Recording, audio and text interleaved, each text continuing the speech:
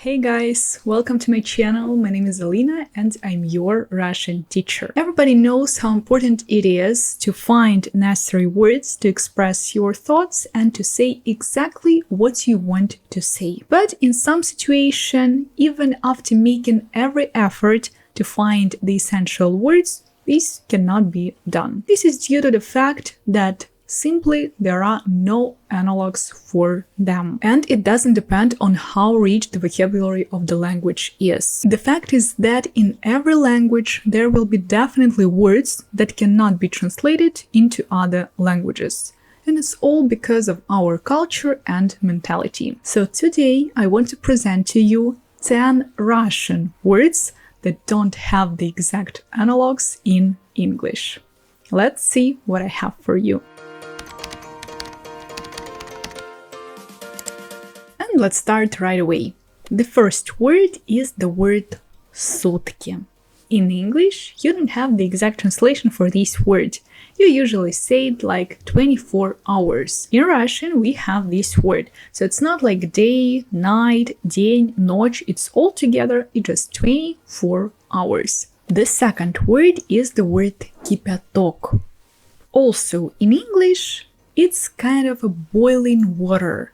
But it doesn't mean exactly boiling water in Russian if you want to translate it. Кипяток in Russian, it's really hot water. So the water that just boiled, so it's like really hot water. So in order not to say очень горячая вода, we have a perfect word кипяток. Then the next word, that's a very Russian word and it's all because of our mentality. This is the word тоска.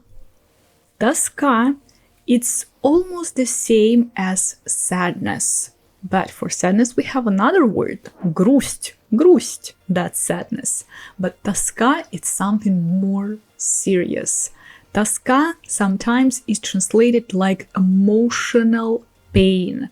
So this pain that we have inside of us, and sometimes we even don't know why. So you can say я тоскую. When you say я тоскую, it's almost like you're missing something or someone. Я тоскую по старым временам. I'm sure if you're familiar with literature, especially classic literature like books of Dostoevsky or Tolstoy, you will find this word a lot because that's what every Russian person feels.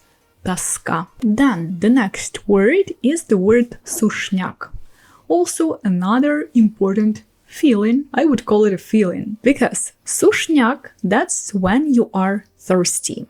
When you really want to drink, you can say у меня сушняк. So it's not the adjective, it's not the adverb, it's just a noun. That's why you have to say I have it.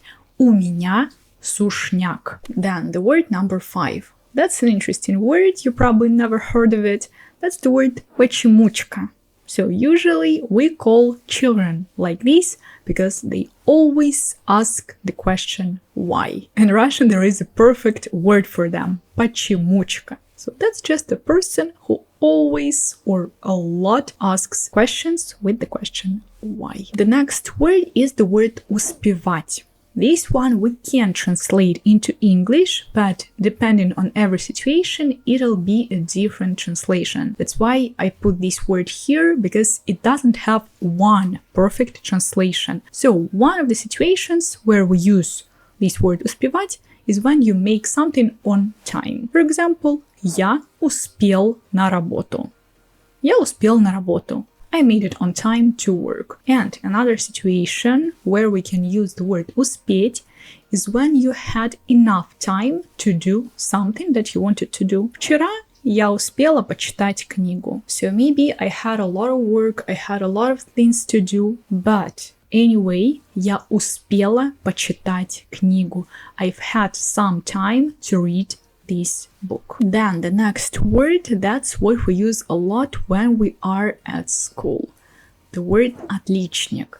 Отличник or other words we can add here that are very similar to this. Хорошист, троечник, двоечник. If you don't know, in Russia we have a 5-grade system. So in Russia we have numbers instead of letters like you do when you are at school. Number 5, 5, that's the excellent note, and 2, 2, that's the worst note you can get. So people who are very bad at studying at school and they have almost all their notes as 2, 2, we call them двоечник. Двоечник or двоечник. In my previous video in pronunciation tips, I gave you these rules. Sometimes we pronounce ch like sh. Here's the same situation. Двоечник, двоечник. You can hear 2 different pronunciations. Same logic. If the person has most of their notes as 3, we will call them троечник. If it's number 4, it'll be хорошист, because that's from the word хорошо. So 4 is the average note that you can get, and it's not excellent, it's not really bad. So that's just хорошо. And 5, if you have all your grades, all your notes as 5, you will be called отличник or отличница. All these words that I gave you are used in the male form, but all of them we can put to the feminine form. Отличница, хорошистка, троечница, двоечница. The next one, this word I use a lot, and it's real pity that there is no perfect analog for this word in English. That's my favorite word, молодец. Молодец, or a synonym, умница. So in English, we simply translate it as good job, well done. But it's like хорошая работа. No, it's your kind of name, the name that we call you, молодец, молодец or умница. I really like this word. Then the word number 9. Also, it reflects perfectly our mentality. That's the word заодно. Заодно can be translated into English as at the same time.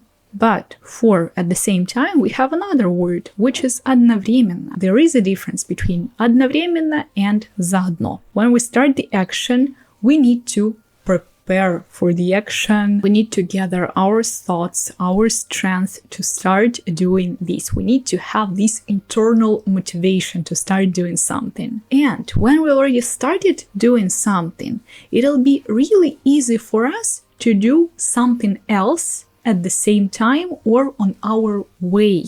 When we go somewhere to do something else, we can do one more action. For example, I need to go to the store. So я иду в магазин и заодно я выношу мусор. If I was not going to the store, I won't be doing the second action because I didn't really need to do it because it wasn't really important for now. But I did it just because I started doing something else. Or another example that I can give you. Very often we are lazy to do something by ourselves.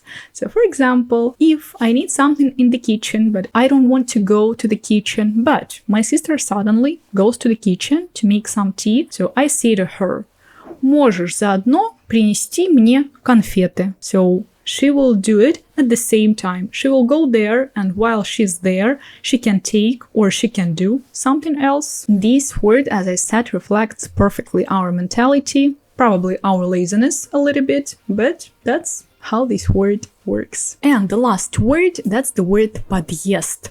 Also, in English, you have a lot of equivalents, similar words, how we can translate this word подъезд. It can be entrance, it can be porch, hall, driveway, similar words, but not exactly the word that I need.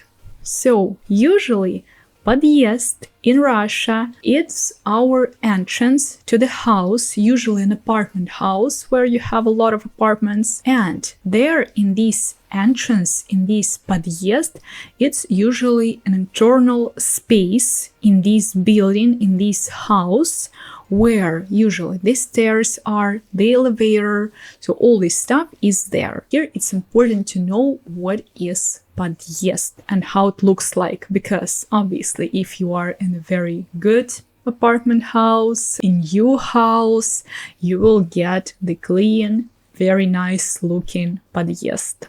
but most of the houses obviously are already old, and in these houses you will get something like this. So this is also podъезд. And that's it. I hope it was interesting. If you do have more perfect translations, more perfect equivalents that I gave you, and you know how to translate these Russian words exactly, you can write it in the comments. It'll be really interesting for me to read your options. Thank you very much for watching. Subscribe to my channel and learn Russian with me.